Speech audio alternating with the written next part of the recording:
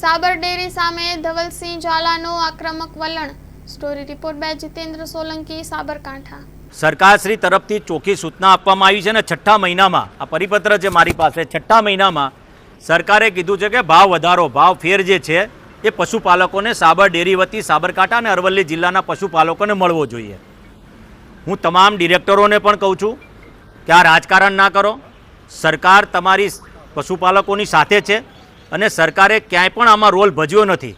ક્યાંક કોઈક એક ડિરેક્ટરે સરકાર પર ખોટા પ્રકારના આક્ષેપ કરીને જે વાત કરી છે અને વખોડું છું।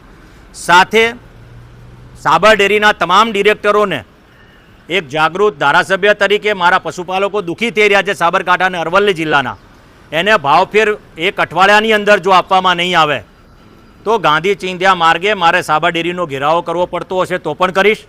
સાથે મારા બાયડથી જો મારા પશુપાલકો કહેશે તો પદયાત્રા કરીને પણ સાબર ડેરીમાં જઈને હું એમનો ભાવફેર તાત્કાલિક ધોરણ પર અપાવવાનો પ્રયત્ન કરીશ। સાથે જ એમને ફરીથી ચેતવણી આપું છું કે 7 દિવસની અંદર તમે સાબર ડેરીનો ભાવફેર નિશ્ચિત કરો।